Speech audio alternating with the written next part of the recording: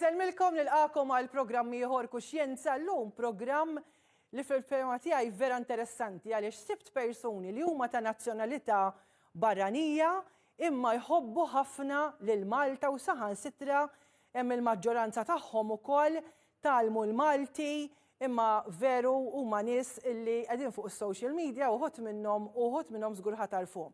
Mela, għandi lil Michael Kilbey, Michael huwa minn Londra, huwa Ingliż, imma ilu jgħix Malta. How long have you been here?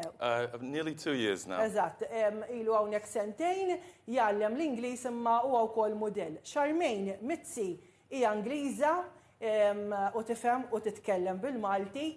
Għandi Laiq Latif ilu Malta 17-il sena huwa kap tal-komunità, eżatt, u jifhem u jaqra u jitkellem bil-Malti, talmu u anke igradwa wkoll.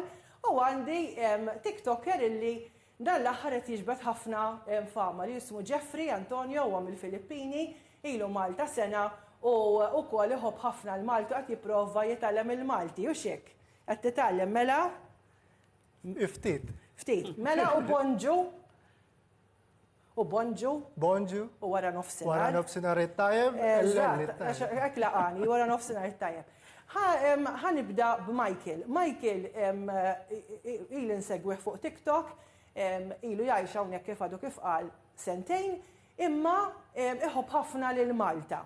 U iggustajtu meta mariżu l-pajjiżu u bagħad dan it-TikTok. Naraw l-ewwel TikTok ta' Michael Kilbey. I've been back in London less than 24 hours. I'm super proud of the place with homeless people everywhere. My sister got her phone stolen yesterday. You have got to stop complaining about living in Malta. You don't know how lucky you've got it. You really don't. I don't want to hear it anymore, guys. The facts speak for themselves. I'm sorry. But you've got to appreciate what you've got. Or at least travel. Put things in perspective, okay? See you later. Michael, I love this clip because yes, Maltese do complain and they feel they don't have, and I know you get this feeling and this vibe that Maltese are not happy sometimes because we're too small, we're crowded, but you went to London and you gave us that video. Yes. Why? May I first of all say grazie tavna tali etil auna. Very good. Auni. Thank you. Yes, so I would just come out of the pub with a friend. We meet up once a year in London. And I'd just come back from Malta. I hadn't been home for about 7 months. And the contrast, mainly of how I feel, the feeling in the air in London is so very different to how I feel in Malta. But it's very important to say I'm not anti-London or anti-the UK. I'm just pro-Malta. I just love my life here. And I know this video has been very sort of controversial. I like to be quite direct in my approach. But as I say, who would have thought that being super positive about Malta could be so controversial in itself?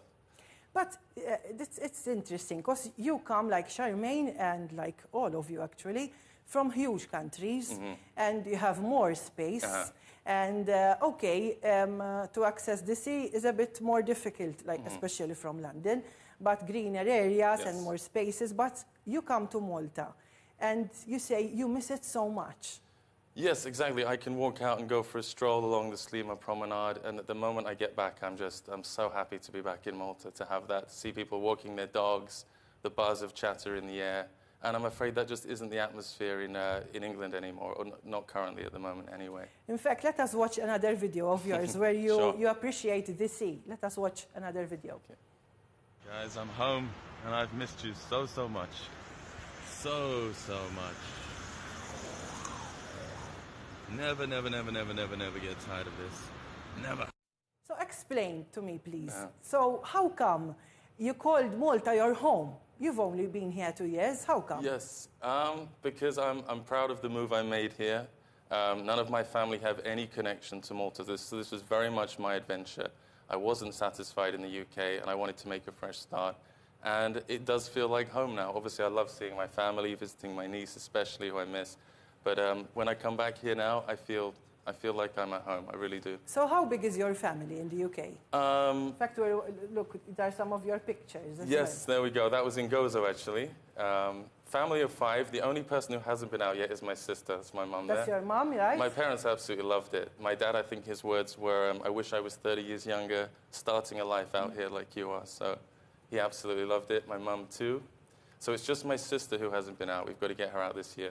So you're going to stay here. This is not just a visit, a temporary visit. If Malta will have me. I don't know if the TikToks get so controversial that, I don't know. But yeah, yes, for because as long as I'm sometimes you're welcome. cheeky and people do not understand the irony, that's why. Yep. But it's interesting that you do these TikToks, wow, Malta's so crowded, and you go in when there's nobody. I know, I appreciate I'm a bit provocative. The thing is, I'm totally apolitical. I can only speak from my own subjective experience. And I don't want to invalidate other people who have complaints because everyone's experience is different. But what I am is I'm honest when I talk to the camera. I'm honest about my experience and my feelings here. And as I say, I feel so good most of the time here. I have the urge to pick the camera up and share it. And to be honest, in the UK, if you pick your camera up to film something, there's a high chance you'll lose your phone these days.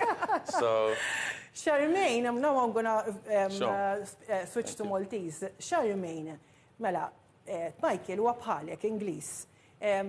Taqbel miegħu tħoss dak li qed jgħid inti li issa tgħix hawnhekk? Fil-fatt, jien immur tnejn darbit fis-sena lura Liverpool għax it-tifel tiegħi hemm jgħix issa. Kont hemm meta ċempiltli fil-fatt. Però ġimgħa biżżejjed u rrid niġi lura. Il-laħwa. Immur tliet darbit fis-sena vera, imma ġimgħa u rrid niġi lura. Nkun lesta biex niġi lura. U għaliex taħseb? Ma nafx għax naħseb tant kemm drajtaw il-ħbib tiegħi hawn issa, ma tantx għandi familja tiegħi kollha mietu issa, jien biss baqa' li fit-tifel ovvja. Allura nħossni ħoma issa. U qatt ma ħsibta naf li taħdem hawn Malta inti, qatt ma ħsibta tgħid issa nerġa' lura ngħix l-Ingilterra? Le, żgur li le. U xi tħoss hawn Malta għaliex tħossok daqshekk komda tant li tallimt sew il-Malti għalhekk iltqajt miegħek fuq ix-xogħol u għadt il-laħwa dik hemm indurajt li inti Ingliża imma għadt il-laħwa l-Malti tiegħek perfett. Insomma, perfett. Tajjeb, ħafna l-Malti tiegħek. Għandi daqsxejn problema fis-maskil u femminil. Ma jimpurtax. Le, bdejt nitkellem, forsi probabbli bdejt nifhem ħafna. Bdejt nitkellem meta mort l-isptar, naħdem l-isptar. Kont nintaqa' ma' ħafna nies li jiġu l-isptar u jgħidu ma nafx bl-Ingliż, allura speċi biex ngħinhom ħassejt il-bżonn li nibda nitkellem. Kif tallimtu jiġifieri l-Malti inti? Ma nafx, naħseb it grew on me. Mhux mort xi lezzjonijiet. No. Il-laħwa. No. Proset, U xi kultant nixtieq għax nixtieq nitgħallem nikteb.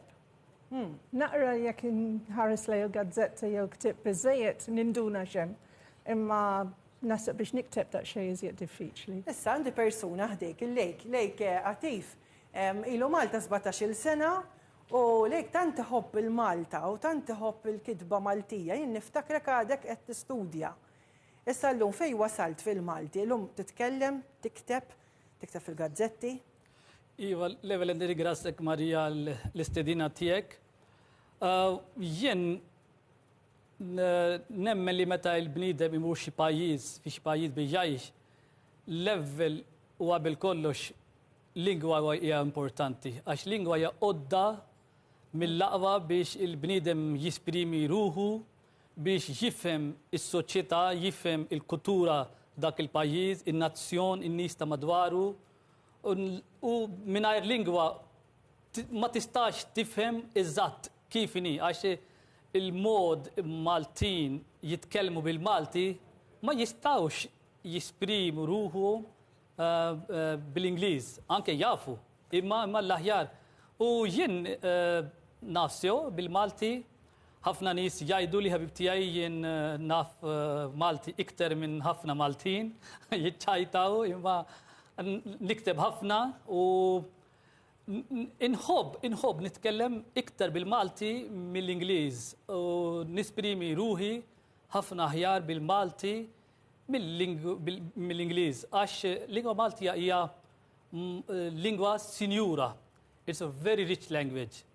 U għandha ħafna qawil idjomi, klim, li fi kelma tista' tgħid l-istorja, jew sentenza. Bil-Ingliż ma tistax. Ħafna drabi hemm sentenza sħiħa bil-lingwa oħra u bil-Malti tajda b'kelma jew kelmatejn. Issa inti mill-Pakistan, jiġifieri l-lingwa Pakistana għal-lingwa Maltija hija differenti ħafna. Iva, kompletament differenti għax fil-Pakistan nitkellmu Urdu huwa differenti. Imma jien talimt ukoll l-Arbi għax jien bħala l-imam biex isir imam huwa kien importanti li nitgħallem l-Arbi u nistudja il-Koran u anke il-diskorsi tal-Hadith Profeta Muhammad paċi tkun miegħu li kienu kollha bil-Arbi għalhekk tallimt. Imma meta ġejt f'Malta, Malti kif taf sew li hija mhix mill-Arbi klassika. Hija minn diletti differenti. Għalhekk meta konx nitkellem kont dejjem inħallet Malti bl-Arbi. Imbagħad deċidejt li jekk għandi biex nibqa' hawnhekk u nitkellem mal-Maltin huwa aħjar li ninsa għal ftit l-Arbi. Iva, l-Arbi huwa f'moħħi imma insejta ħlejta ma' ġemb għal xi żmien sabiex ikun aħjar bil-Malti.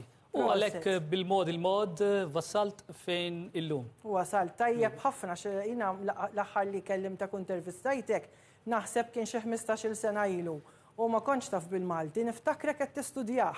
Imma sal-lum għamilt proset tassew.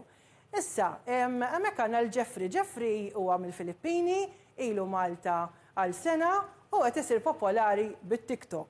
Let us watch one of your TikToks, okay? That is really recent and it's really gaining a lot of popularity.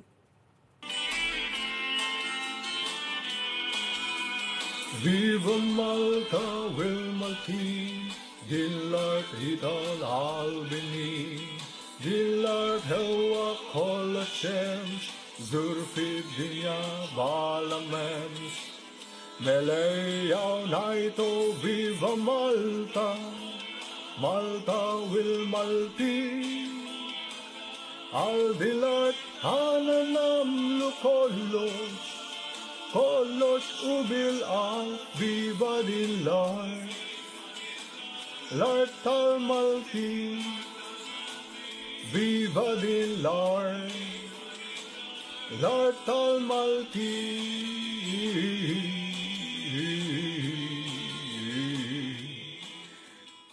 Tistaw tapprezzaw kemm hu ħelu ġifieri l-Malti tiegħu. First of all, congratulations.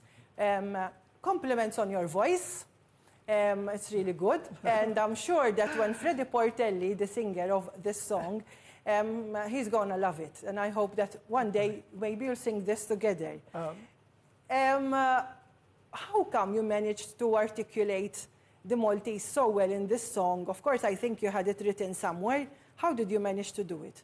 One of my friends introduced me the song, the Viva Malta. And then I search it in the Google and I see Viva Malta there, and there's a lyrics. And then there's a translation as well in English. So I come to know the meaning of the song and I fell in love with it. So I said, I will give a try. Even I'm not a singer, I'll try to sing it. And then in one night, I heard the song like 100 times. So I will get the right pronunciations. I played a lot of times, and then the following day, I recorded as like I give it all my. You gave it your all. Yeah, I give it all my all. So my question is, like I asked Michael before, why do you want to speak Maltese? And why do you love Malta? What is it that you really want to integrate and you want to learn the language? When I came to Malta, then I see the people are loving. And I see the Maltese people that they're like us, Filipinos, that if we are working, we work hard. Just we give our whole heart in the job. So, and then in terms of the language, of course, if you want to give respect for the people of Malta, the Maltese people, you need to learn their language. So even though sometimes it's very like it's good to speak with them with Maltese because they feel like we feel at home, like we can speak together with Maltese, so not only by English but with your native language, the Maltese. And of course, the Filipino language and the Maltese language, of course, it's so different. So what feedback do you get from maybe your work, your co-workers, or people that meet you, that you're really trying to integrate by learning more the Maltese language? Every time I speak to them with small Maltese I know, they seems to be happy. And even like 2 words, 3 words only like that, they will smile at you. Oh, you're learning Maltese. Yes, I said ed Italian bil-Malti.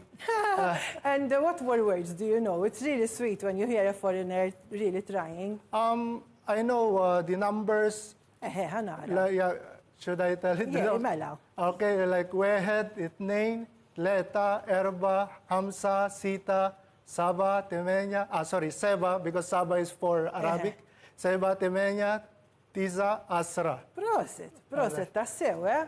Proset, ħafna. And do you understand more rather than speaking? You are getting the language, which is, of course, not easy. Yes, right now I understand more than speaking it, and sometimes I can speak more the Maltese when I'm reading it, because right now I'm trying to learn the Maltese speaking and all together as the reading it, because sometimes hearing it is different when you properly read it, because on reading you can pronounce it properly. Of course, it's a big change from your country to Malta. How do you feel? Do you feel like Michael, or there are things that like, oh, I miss the Philippines. I wish I go back. How is your situation at the moment?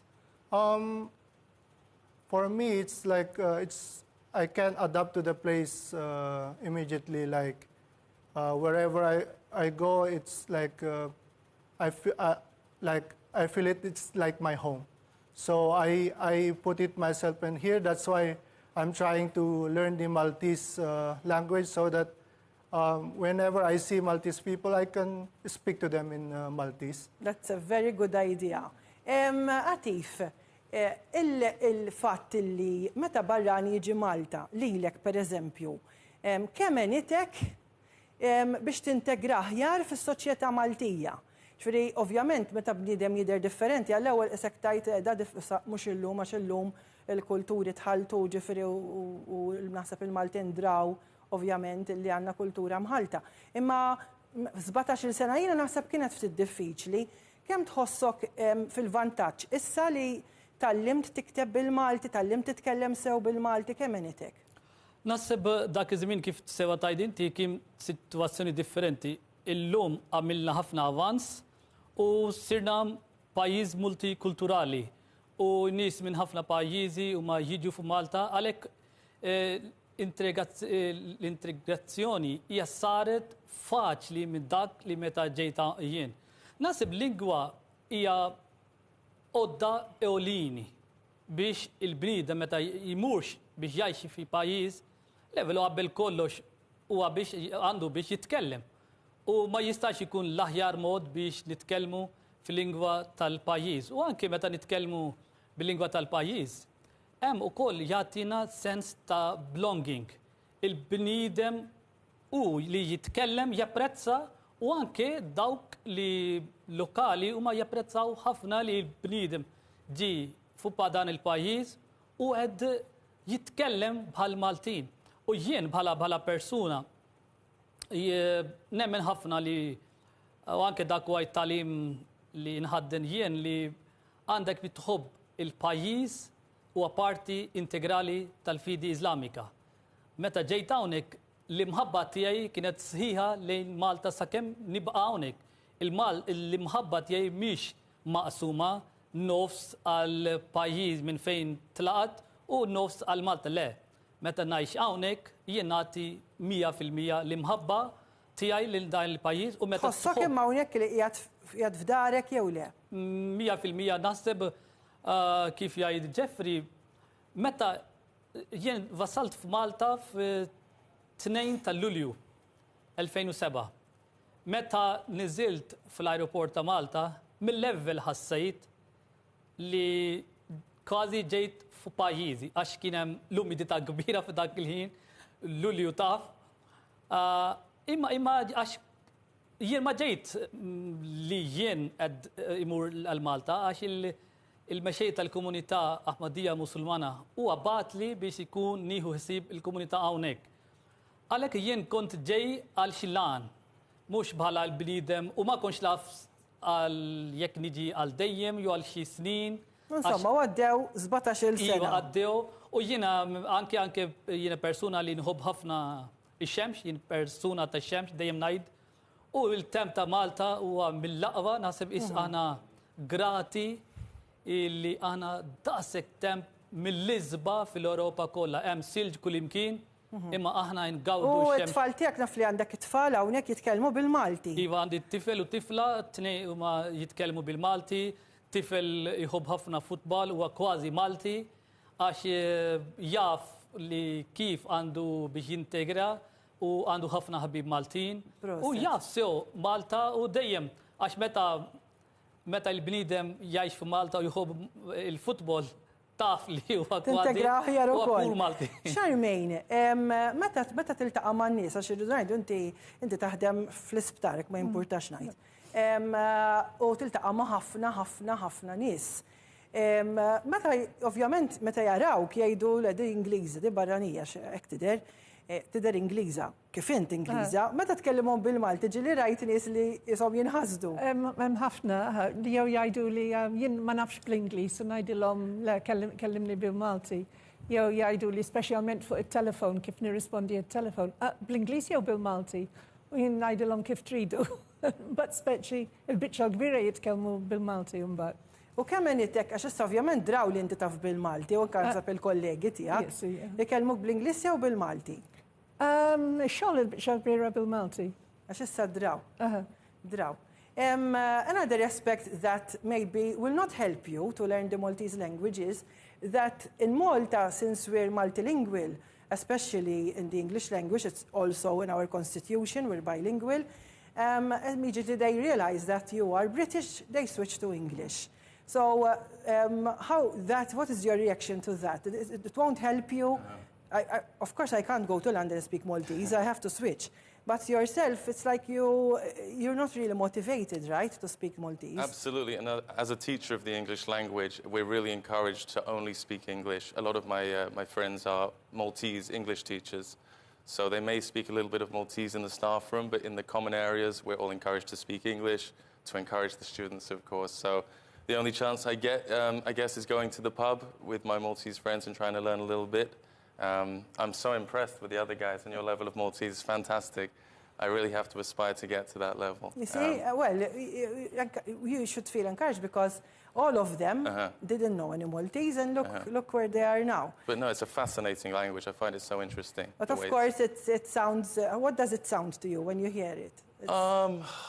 It does sound like a cross between Italian and Arabic, and yes. It's like a beautiful fragrance. You can't quite put your finger on exactly what it is, but and it's very melodic, the Maltese accent. Okay. As a musician, I love that, the kind of because you're also a musician as well. Yes, yeah. See, you're multi-talented too.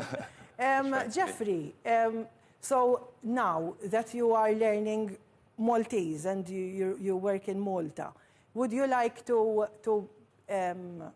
maybe learn more professionally, like Latif, like, you know, learning how to write it, on learning, and also what is the message to other foreigners? How important it is to learn the Maltese language?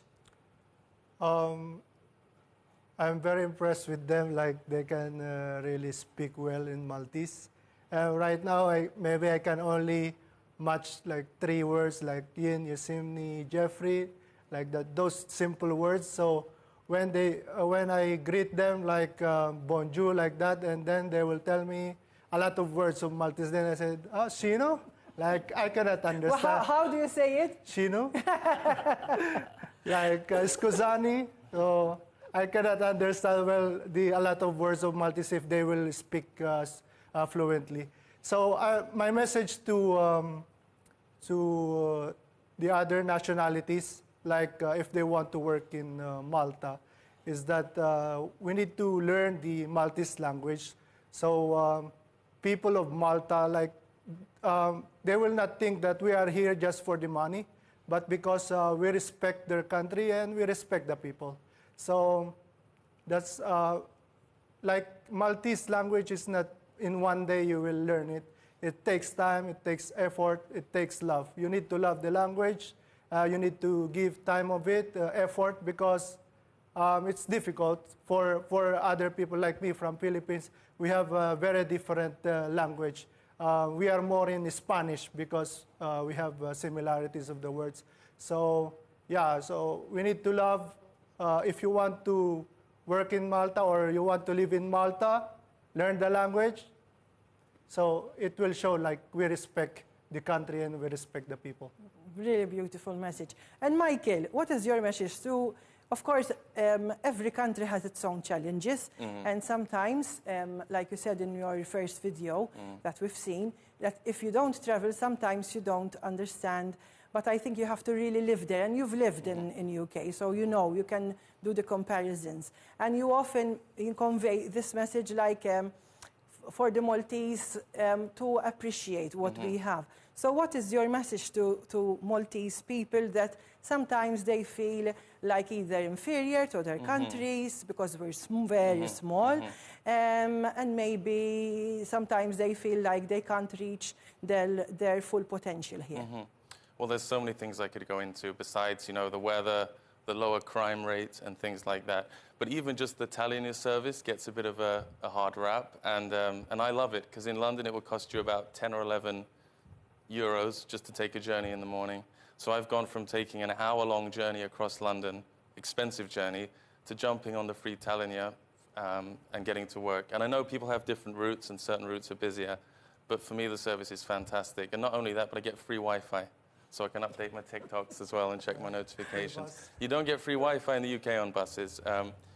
So there's so many things. I mean, the size of a country has never determined its greatness. Like, this is a tiny island that stood at the crossroads, you know, of civilizations, shaped global events, and preserved a unique culture all at the same time. And it's a unique culture I observe in, you know, exiles. I love to go to exiles, or the little coffee shops. There's a beautiful culture which Malta has managed to preserve. That's what defines a country, I think. It's pride, its resilience, and there's so much culture. I love the public holidays. I love the marches through the street. I'm walking home. Oh, the road's closed. There's like a brass band playing. I love it. I think after this program, the tourism sector will try to chase you, because it's a very good advert, but also very genuine. Yes, that's totally. How you feel. I have no agenda. Nobody has paid you to say this is, I know it's genuine. That's why I brought you here. Michael, Kilbey, thank you so much. You're welcome. Charmaine, Mizzi, Laiq, Latif, and Jeffrey, thank you so much for being here and for sharing your experiences. Grazzi ħafna l-lum, tal-limt ħafna jien ukoll, u vera apprezzajt il-daw il-persuni li ġew jaqsmu dwar għalfejn jħobbu l-Malta, jitalmu l-Malti, li hija perspettiva ftit differenti biex nifhmu aħjar kif il-barranin jintegraw ukoll għaw Malta. Kuxjenza tistgħu segwuh ukoll fuq Facebook u anki Instagram, kif ukoll jittella ukoll YouTube wara illi jixxandar. Nirringrazzja il-direttur tal-lum Marco Spittieri u lill-kru kollu li għandi fl-istudio u anke fil-kamra tal-kontroll.